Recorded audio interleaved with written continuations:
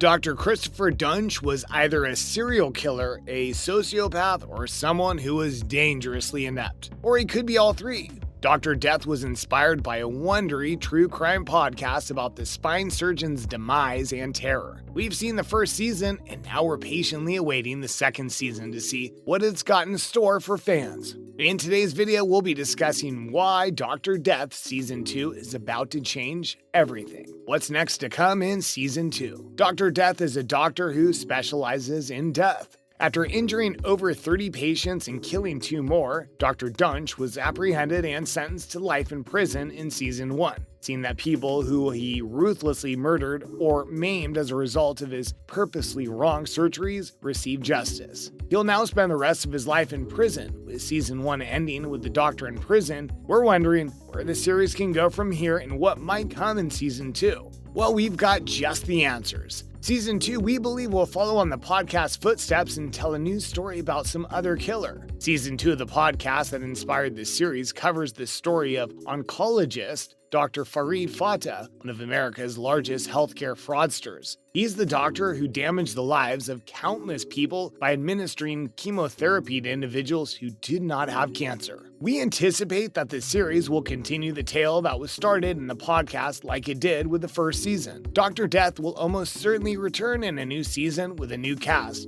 The show's set to be an anthology, with each season portraying a fresh story with new cast members and plot lines. You don't want to wait for the show's second season? You may listen to the podcast on streaming services and hear the tale before it airs on television. The Dr. Farid Fatah story. Dr. Farid Fatah is a former hematologist-oncologist from Lebanon who has admitted to being the architect of one of the greatest healthcare frauds in U.S. history. Fatah owned Michigan Hematology Oncology, MHO, one of the state's major cancer practices. He was arrested in 2013 on charges of administering chemotherapy to patients who were either completely healthy or whose condition did not justify chemotherapy, then fraudulently billing Medicare and private health insurance companies for $34 million over a 6-year period. Fatah admitted to healthcare fraud, conspiring to pay and receive bribes, and money laundering in 2014. He was sentenced to 45 years in federal prison on July 10,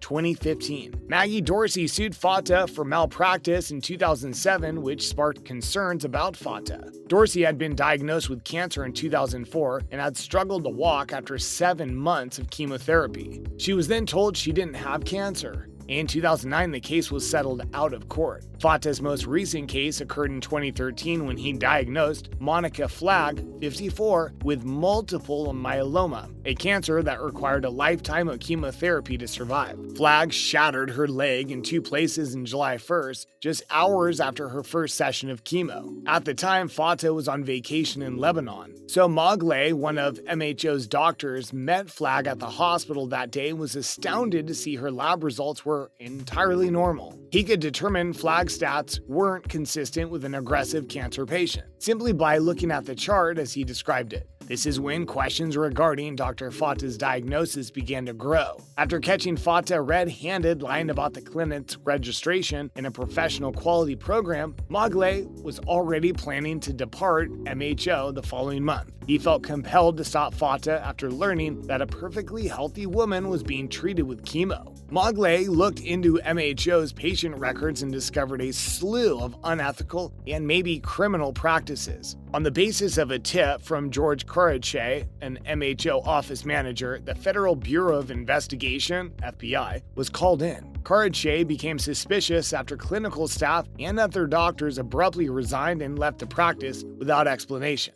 On August 5th, Karache took his findings to the FBI's Detroit office and filed a False Claims Act lawsuit against Fatah, MHO, and many linked organizations, making him eligible for a hefty monetary award. Because of his previous experience spotting fraud, Mogley claimed Karache had provided a tremendous service. Fatah was arrested for healthcare fraud the next day. There were many patients in between the years of 2007 to 2013 that Fatah misdiagnosed and harmfully ruined the lives of several people. He will now rot away in jail for many years, to suffer now from the pain he caused others. When will we see a second season? Even though Peacock has yet to confirm the second season of Dr. Death, fans are anxiously anticipating it. We don't get too worked up about it. It's very typical for the producers to wait a time to see how popular the show is and how the audience reacts. In a typical scenario, if the first season of the popular TV show is well received, the second season will almost certainly be shown. This circumstance, however, is a little more problematic for Dr. Death.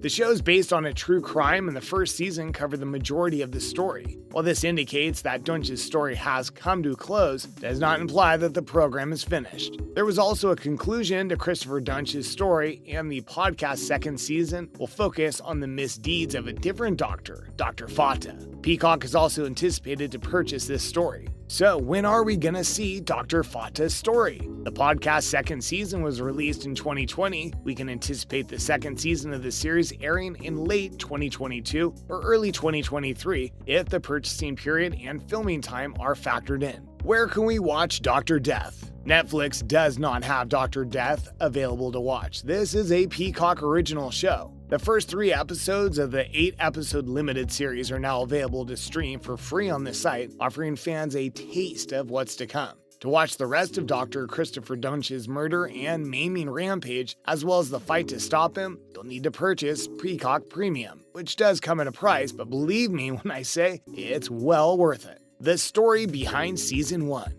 Season 1 of Dr. Death follows the story of Christopher Duntsch. Dr. D and Dr. Death are 2 nicknames for the former American neurosurgeon whose severe negligence resulted in the maiming of multiple patients' spines and the deaths of 2 of them while practicing at hospitals in the Dallas-Fort Worth Metroplex. Duntsch's license was terminated by the Texas Medical Board after he was accused of harming 33 of 38 patients in less than 2 years. He was sentenced to life in prison in 2017 after being convicted of maiming one of his patients. Duntsch earned his bachelor's degree in 1995 and then went on to pursue a challenging MD-PhD program. In 2010, he finished the University of Tennessee Health Science Center's MD, PhD, and neurosurgery residency programs, as well as a spine fellowship program. In 2010, he began his career in medicine at Baylor Plano. Over the course of his time there, Duntsch mistreated 5 patients, leaving 4 unable to walk and confined to a wheelchair, and one of them died as a result of excessive blood loss. Duntsch then went to the Dallas Medical Center where he murdered 1 patient and paralyzed another.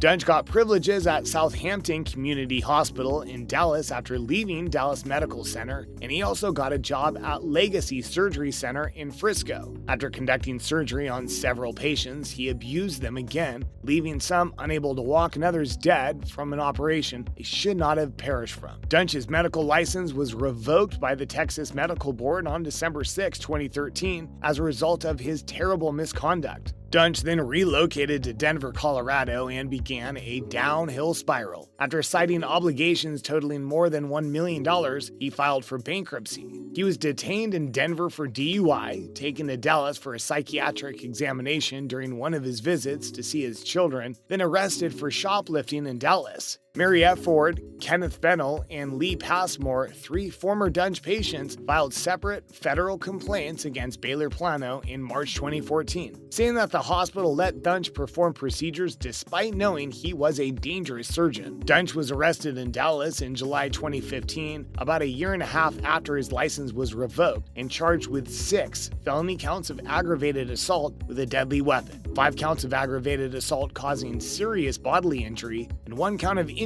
to an elderly person, or being sentenced to life in prison on February 20th, 2017. Christopher Duntsch was truly a despicable man who used his knowledge and expertise to injure vulnerable people who placed their honest trust in his skills. After a dramatic and intriguing first season, fans can only hope they come out with a second season. The possibility of the show following a whole new storyline has got viewers excited. Thanks for watching.